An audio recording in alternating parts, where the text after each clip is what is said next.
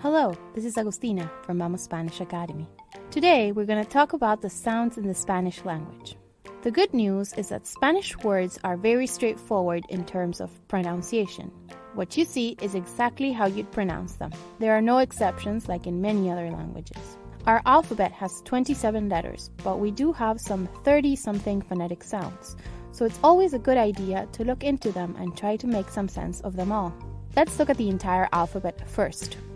A, B, C, D, E, F, G, H, I, J, K, L, M, N, ñ, O, P, Q, R, S, T, U, V o V, W o W, X, Y o Y, Z. Now let's take a closer look at the vowels. A, E, I, O, U. Here's a tip. Keep the vowels short and remember that each of them has one corresponding pronunciation. A, E, and O are what we call vocales abiertas. I and U are vocales cerradas. Usually, a syllable is made up of at least one consonant and one vowel, mainly having the consonant stick to the vowels. Ma, ña, na.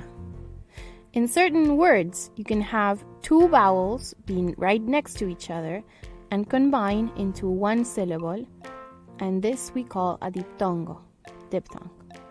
This means that they are consequently pronounced together. Hielo, peine, terapeuta. Ruiseñor, ciudad. Contrarily, you can also have two vowels right next to each other and belong to different syllables. This is called a hiato, or hiatus. And it means you need to stop a little more and make sure you pronounce each of the vowels, one after the other. Teatro, poeta. Día, país, río. Now let's go into the consonants. We have B, B larga, and B, B corta. These are often pronounced the same. Barco, barrer, vela, ver. C. C changes sound according to the vowel that follows it. Ca, co, cu. Casa, comida, cuchara. It's more like a k sound. But if it's followed by E and I, se, si, celeste, cielo, it's more like an S sound. You can also have se, más, h, chancho, che, chico, churro. G is a very special letter. Similar to the se, we have different pronunciations. Ga, go, gu, gato, gorro, gusano, and G, he, geografía, girasol. This is more like a J. Now, when G is followed by a U and another vowel, we also have two possibilities for pronunciation. For gua and guo, you will always pronounce both vowels. Guante, antiguo. But for gue and gui, on the other hand, you won't always pronounce the U. Guerra, guitarra. No pronunciation of U. Bilingue, pingüino, pronunciation of U. That is, if you see the two dots on top of the U, you want to pronounce it. H. For H, always remember that this letter is not pronounced. Hola, almohada, a ver. The exception is when it follows se, making a ch sound, as we have said before. K and W will only appear in words with a foreign origin. Koala, kiwi. Q is used when we want the strong k sound paired with e and I.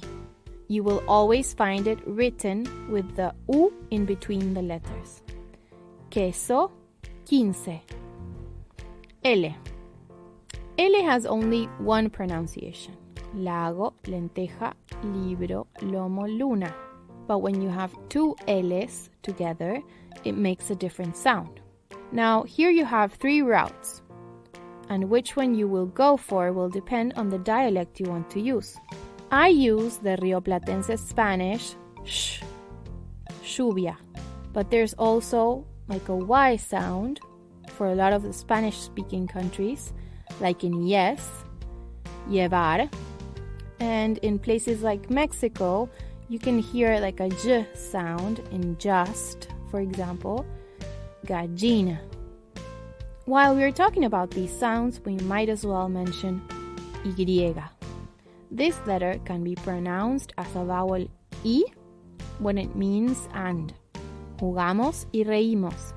And when the word ends in ay, ei, oi, uy. Uruguay, buey, hoy, muy. In any other case, Y will be pronounced just like the other 3 pronunciations we mentioned for doble L. Yacaré, yema, yogur.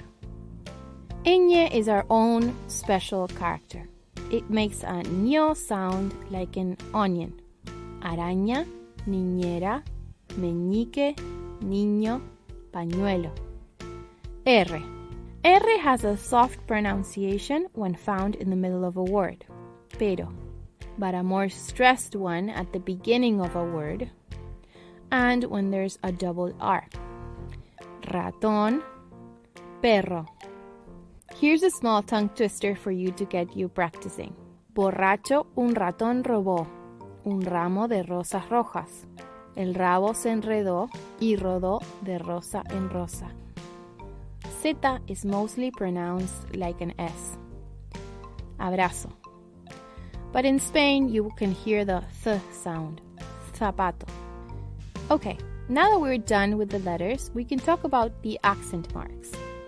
This is what we call tilde, and we only have this version. We don't have many others like in French.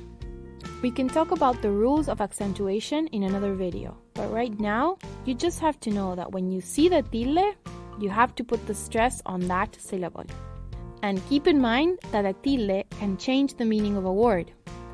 Papa is potato, but papá is dad or father. Another mark we have is the diéresis on top of the U, those little dots. But we've already talked about that. And that's it. I hope this video cleared some doubts that you might have had and that you feel a little bit better about your pronunciation. Alright, see you in the next video.